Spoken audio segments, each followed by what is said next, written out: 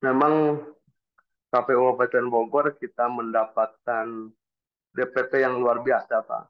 Mungkin terbesar di Indonesia sekelas kota kabupaten. Kita memiliki DPT terakhir itu pada pemilu 2024, 3.889.441. Itu yang tersebar di 40 kecamatan.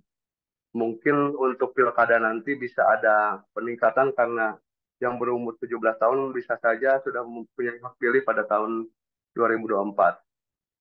Lalu untuk syarat perseorangan yang harus memenuhi, Kabupaten Bogor sudah menetapkan surat keputusan untuk calon perseorangan harus didukung oleh 252.814 dukungan dari untuk tiket awal perseorangan. Nah, itu pun tidak langsung begitu saja, Pak. Yang bersangkutan bisa mendaftarkan diri sebagai calon perseorangan. Harus melewati mekanisme verifikasi administrasi dan verifikasi faktual.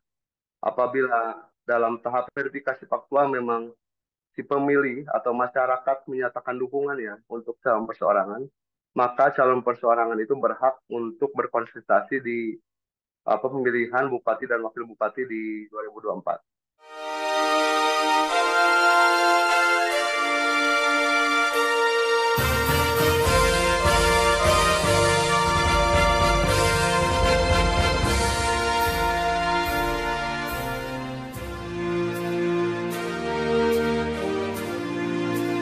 Bersama saya Bambang Sadiono di kanal Inspirasi untuk Bangsa. Mudah-mudahan kanal ini selalu bisa memberi inspirasi, motivasi, dan edukasi.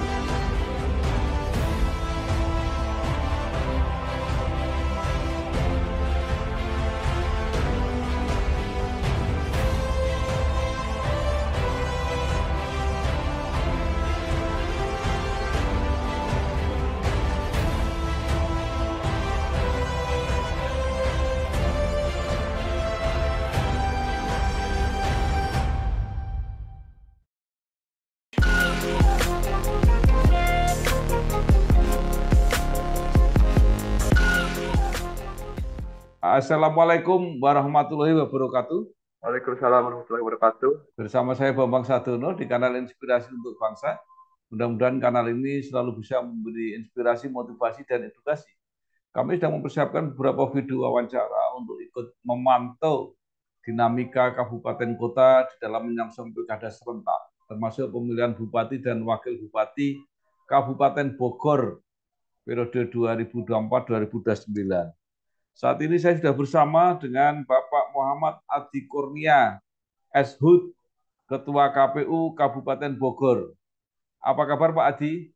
Alhamdulillah sehat, tolong Bang. Ya, Pak Adi ini lahir tanggal 20 Agustus 1992, menyelesaikan D3 Teknik dan Manajemen Lingkungan di IPB, kemudian S1 Konservasi Budidaya Hutan di Universitas Pusaka Bangsa, berkarir di kepemiluan sejak 2018 sebagai panitia pemilihan Kecamatan Ciawi, pernah menjadi Ketua PPK Ciawi dan saat ini menjadi Ketua KPU Kabupaten Bogor. Pak Adi, mungkin kalau ada hal yang terlewat, silahkan dilanjutkan. Bagaimana perjalanan karir Pak Adi sampai saat ini? Silakan. Pemiluan dari 2018, Pak. Dari 2018 itu kita melaksanakan pemilihan bupati dan wakil bupati serta pemilihan gubernur dan wakil gubernur di Jawa Barat. Waktu itu saya diamanahkan menjadi divisi teknis di PPK Kecamatan Ciawi. Pada pemilu 2019 saya diamanahkan menjadi ketua PPK Kecamatan Ciawi sampai selesainya Pilpres pada tahun 2019. Lalu saya mendaftarkan kembali, Pak, pada tahun 2023 untuk menjadi PPK Ciawi. Alhamdulillah terpilih kembali menjadi ketua PPK Ciawi dan mengikutsertakan dalam seleksi KPU Kabupaten Bogor pada tahun 2023. Pada bulan Desember saya dilantik tanggal 30 Desember 2023. Baik. Nah, Pak Adi mungkin bisa bercerita hasil Pileg 2024 untuk DPRD Kabupaten Bogor seperti apa dan bagaimana gambarannya kalau angka-angka itu digunakan sebagai dasar untuk pencalonan di Pilkada 2024? Kebetulan kami KPU Kabupaten Bogor belum menetapkan alokasi kursi, Pak, karena kami KPU Kabupaten Bogor masih menunggu putusan MK, karena ada salah satu partai politik yang memberikan gugatan kepada Mahkamah Konstitusi terkait perselisihan hasil di tingkat DPRD Dapil 2 Kabupaten Bogor. Ketika kita merunut dari hasil rekapitulasi di kabupaten, memang apabila tidak ada perubahan yang mendominasi itu dari Partai Gerindra, Pak. Mungkin bisa disebutkan angka-angkanya, Pak, pada partai-partai yang lain? Ketika memang tidak ada perubahan di putusan MK nanti, kita masih menunggu, Pak, ya, karena putusan MK itu mutlak harus dijalankan. Kalau sementara ini gambaran dari hasil rekapitulasi di tingkat Kabupaten Bogor, untuk Gerindra mendapatkan 11 kursi dari 55 kursi, ada disusul oleh Partai Golkar ada 7 kursi, lanjut ada Partai PKS 7 kursi, ada Partai P3 6 kursi, lanjut Partai PKB 6 kursi, Partai Demokrat 6 kursi, ada PDI 5 kursi, lalu ada Partai Nasdem 4 kursi, PAN 2 kursi. Ya, baik. Jadi dengan angka-angka itu yang bisa mengajukan calon yang tanpa harus koalisi hanya Partai Gerindra, Pak. Ya, Partai Gerindra ada 12 kursi. Mohon maaf tadi saya salah menyebutkan, Pak. Jadi artinya hanya Partai Gerindra yang bisa mengajukan sendiri tanpa koalisi. Ya, ketika memang hasilnya tidak ada perubahan, hanya Partai Gerindra yang bisa mencalonkan bupati dan wakil bupati tanpa berkoalisi. Nah, sekarang ini ada petahana yang masih mungkin nyalon lagi apa enggak untuk Kabupaten Bogor? Kalau dilihat dari baliho-baliho, mungkin ada dari petahana, ada yang mencalonkan kembali, Pak, dari Partai Gerindra. Kalau dari baliho-baliho yang sudah muncul, calon-calon siapa saja, Pak? Ada beberapa calon sih, Pak, yang muncul, yang mungkin mempunyai niat untuk maju di pemilihan bupati dan wakil bupati Kabupaten Bogor. Ada beberapa nama yang sudah muncul yang mungkin santer juga di Kabupaten Bogor. Mungkin ada Bapak Haji Iwan Setiawan, ada Bapak Jaro Ade, ada Bu Eri Rahmat Yasin, juga ada Pak Rudi Susmanto, terus Pak Dede Chandra. Mungkin ada beberapa calon lagi yang mungkin berniat maju juga di pemilihan bupati dan wakil bupati di Kabupaten Bogor.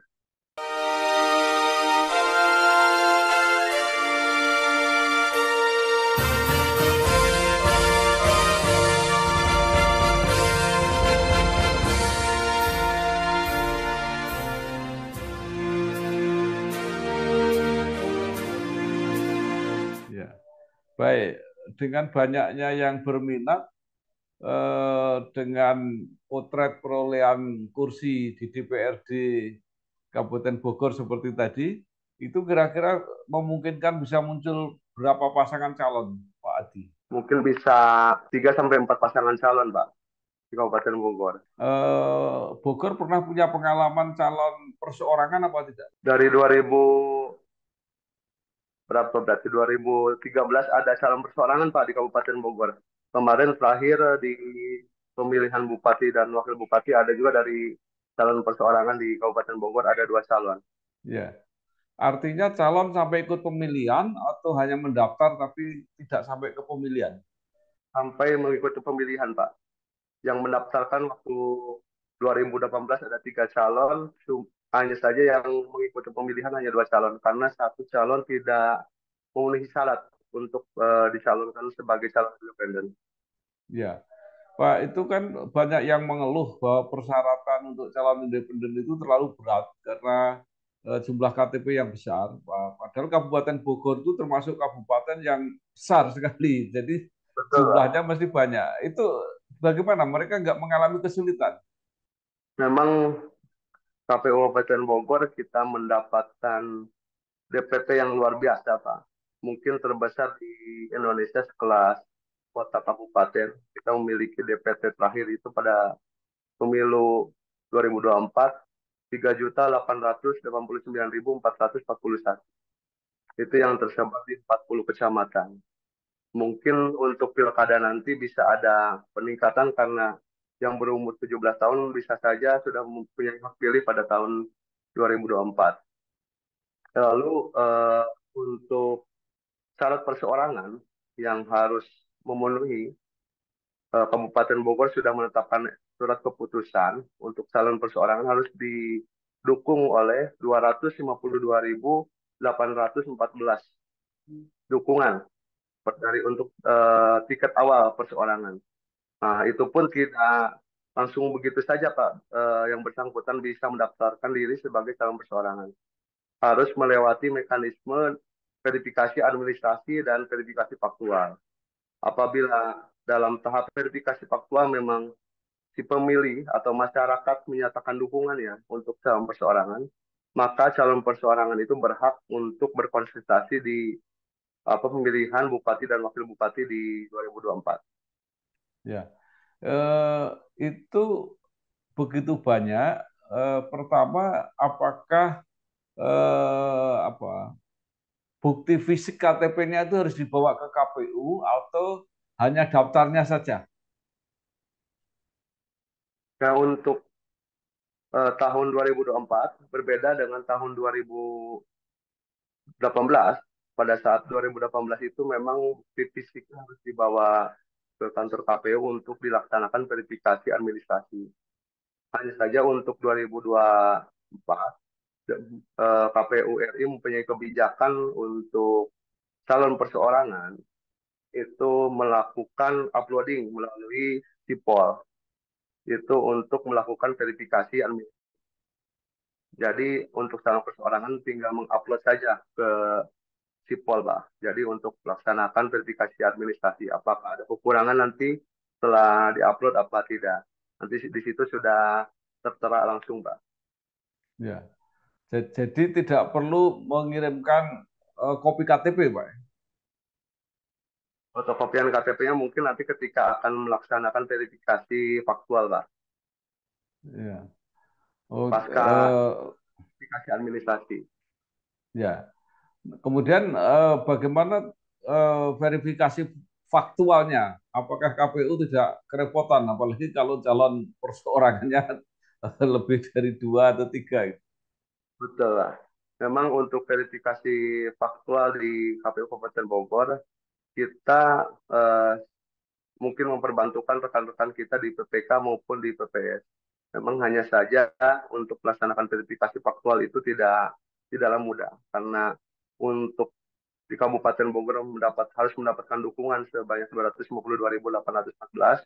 Kita harus benar-benar mengerahkan teman-teman kita di Badan ad untuk melakukan verifikasi faktual.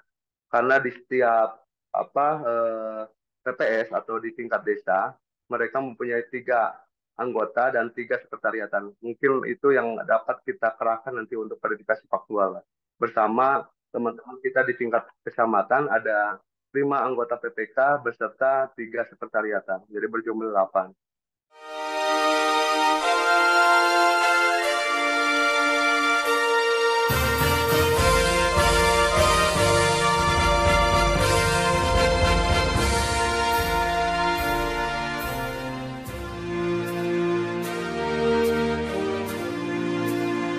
Ya. Pak Adi, kalau tidak salah di Jawa Barat pernah ada calon perseorangan yang menang dalam pemilihan bupati atau wakil bupati. Nah, di Bogor itu sampai ke pemilihan pernah ada yang menang atau tidak? Kalau di Kabupaten Bogor belum, yang pengetahuan saya belum ada Pak, dari calon perseorangan yang dapat memenangkan kontestasi pemilihan bupati dan wakil bupati. Baik. Nah, sampai saat ini sudah ada tanda-tanda yang mulai mau persiapan apa calon perseorangan atau belum? Yang sudah berkonsultasi kepada kami, KPU Kabupaten Bogor, ada 3 Pak, yang sudah berkoordinasi. Hanya saja memang tahapan kita untuk menerima berkas atau untuk penyerahan dukungan perseorangan kita dibuka dari tanggal 8 sampai tanggal 12 Mei, Pak.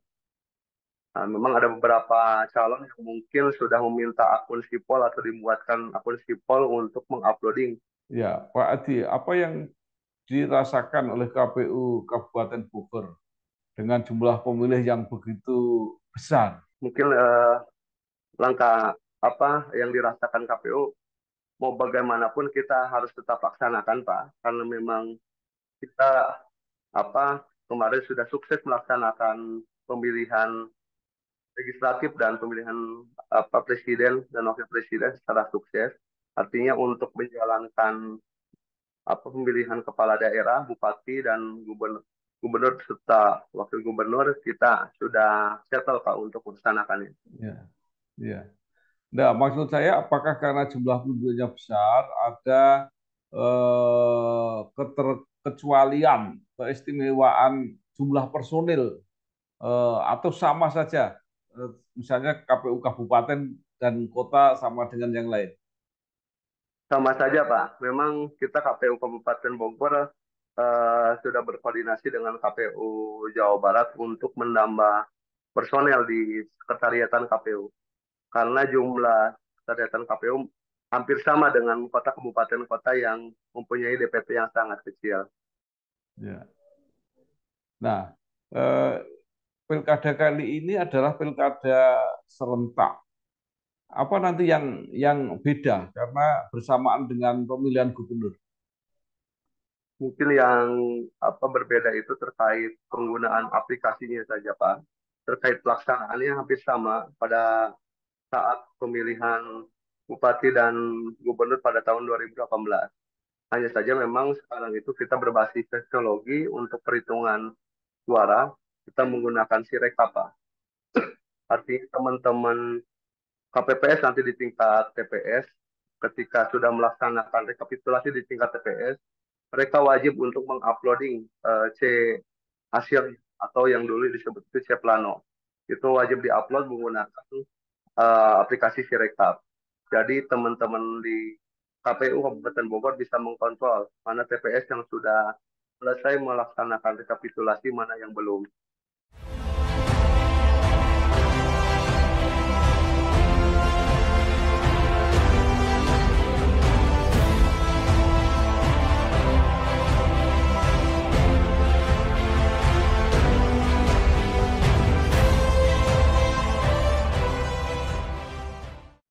Ya, baik. Eh, Kemarin Sirekap dikritik habis-habisan. Apakah sudah ada perbaikan sehingga nanti tidak membuat teman-teman KPU ragu-ragu lagi untuk menggunakan Sirekap? Ya, mungkin KPU RI yang mempunyai kebijakan sudah memperbaiki Sirekap ya Pak, karena Sirekap ini sudah digunakan pada tahun 2020 di pilkada terakhir. Nah, itu sudah digunakan. Namun saja pada kemarin 2024 karena mungkin jumlah yang menggunakan Sirekap cukup cukup banyak, mungkin agak ada kendala pada saat kemarin. Nah, untuk pemilihan bupati dan gubernur kali ini, karena jumlah pemilih di setiap TPS-nya maksimal 600, jadi jumlah TPS-nya menyusut. Artinya untuk penggunaan akun Sirekapnya akan sedikit berkurang bebannya. Ya, baik. Pak Adi terakhir, apa saran Pak Adi atau harapan kepada masyarakat supaya pilkada ini nanti benar-benar sukses dan lebih baik, tidak banyak protes di Kabupaten Bogor seperti ketika pelaksanaan Pileg dan Pilpres. Ya harapannya kepada masyarakat yang pertama kami KPU Kabupaten Bogor mengajak masyarakat untuk datang ke TPS pada tanggal 27 November untuk menyalurkan hak pilihnya untuk memilih bupati dan wakil bupati serta gubernur dan wakil gubernur. Begitu juga ajakan kepada masyarakat untuk menjaga kondusivitas terkait pemilihan kepala daerah. Jangan sampai benturan-benturan di bawah ini yang menjadi gesekan-gesekan. Artinya kita sudah berkomitmen juga bersama Bapak Kapolres, Bapak Dandim, dan Pak PJ Bupati untuk menjaga kondusivitas untuk pelaksanaan kepala daerah di Kabupaten Bogor. Ya, baik. Terima kasih sekali Bapak Muhammad Adi Kurnia, Eshud, Ketua KPU Kabupaten Bogor. Mudah-mudahan pilkada Kabupaten Bogor benar-benar lancar dan tercapai maksud masyarakat bisa menemukan pimpinan yang ideal untuk menyelesaikan masalah-masalah 5 tahun yang akan datang. Terima kasih, Ya, sukses. Mas. Wassalamualaikum warahmatullahi wabarakatuh. Waalaikumsalam warahmatullahi wabarakatuh. Bersama saya Bambang Sadiono di kanal Inspirasi untuk Bangsa. Mudah-mudahan kanal ini selalu bisa memberi inspirasi, motivasi, dan edukasi